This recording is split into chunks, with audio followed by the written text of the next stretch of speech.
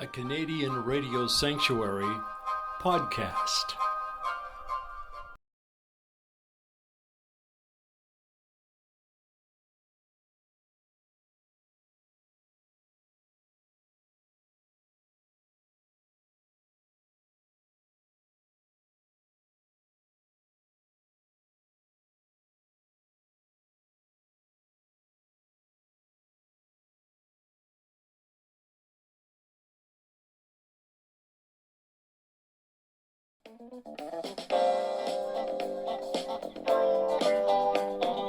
What you gonna do when she says goodbye?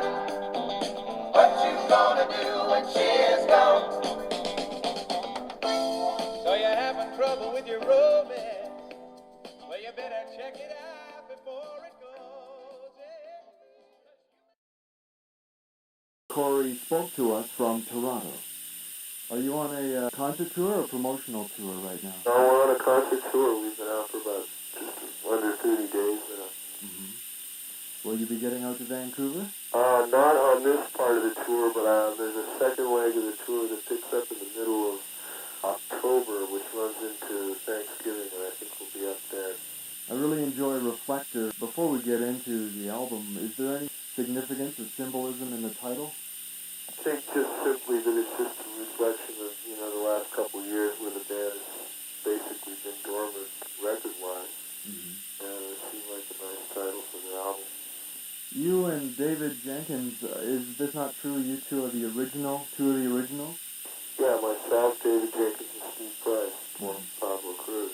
And you also have John Pierce and Angelo Rossi. Right, John Pierce is in for 10 months now, and Rossi's been in for a little over a year. Going back a couple of years to the Worlds Away album, I've always enjoyed the standard cuts you put on, at least one or two on the album, like Running was one of my favorite songs. Great. It's a great track. Thank you. Do you have fun with a song like that? Like, often as many groups do, and it's understandable, you put on a standard 3 or 4 minute song, and then you seem to have let go and have some fun with a longer one on the album.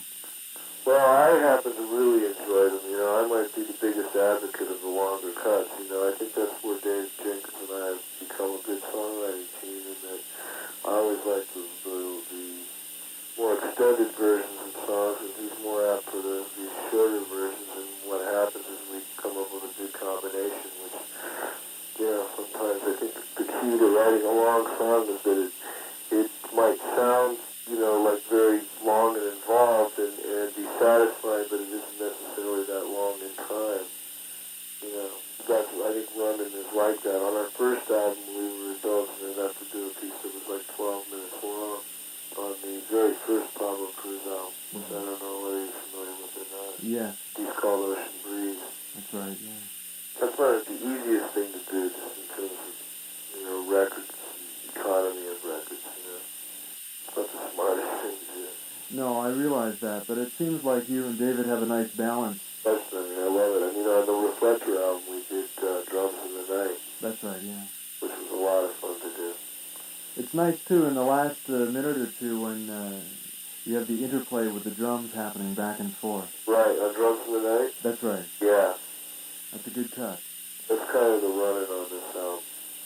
Now, you've had albums produced by Bill Schnee. Yeah, 3 albums with Schnee. Mm-hmm. And now Tom Dowd. That's right. He's got a long list of credits, hasn't he? Yeah, it's kind of ridiculous. Rod Stewart and many others, yeah. Oh, God, everybody. He goes back to Aretha Franklin, Yeah. Bobby Darin. When did this all come about that Tom would be the producer? Well, we went through about 18 months there where we were putting together the record, writing material, adding and discarding music left and right to find the right music for the record, going through the personnel changes that you know about already in the band, and in that time period we were interviewing producers because we just decided it was time to change, and I think Bill Schnee agreed. He was building his own studio, and we couldn't even really decide on a location to make the record, so we said, look, let's try to change it. He agreed. He thought it would be good for the band, and we thought it would be good for the band, and he was good for all of us. So we interviewed guys organizing right down to the wire there. When we got ready to start, we were just about ready to start. We were going to do it on our own and use our own engineer who mixes our shows, who we used anyway, who did record the album. And Dowd's name came up and everybody said, God, let's meet him. And he came up and we really hit it off well. And he sat in on a few rehearsals and we did some arranging together, and then we just said, look, if you want to do this record, we should love to have you come out to California and do it, because he usually works out of Florida. He called back and said he'd do it, and it just worked out perfect, the timing, everything. We were able to record it where we wanted, we were able to use our engineer, and definitely have his touch on the album. Do you all live in the San Francisco area still? Everybody's basically situated in the San Francisco area. Some guys live south of San Francisco, some north. Nobody lives in San Francisco proper. Yeah.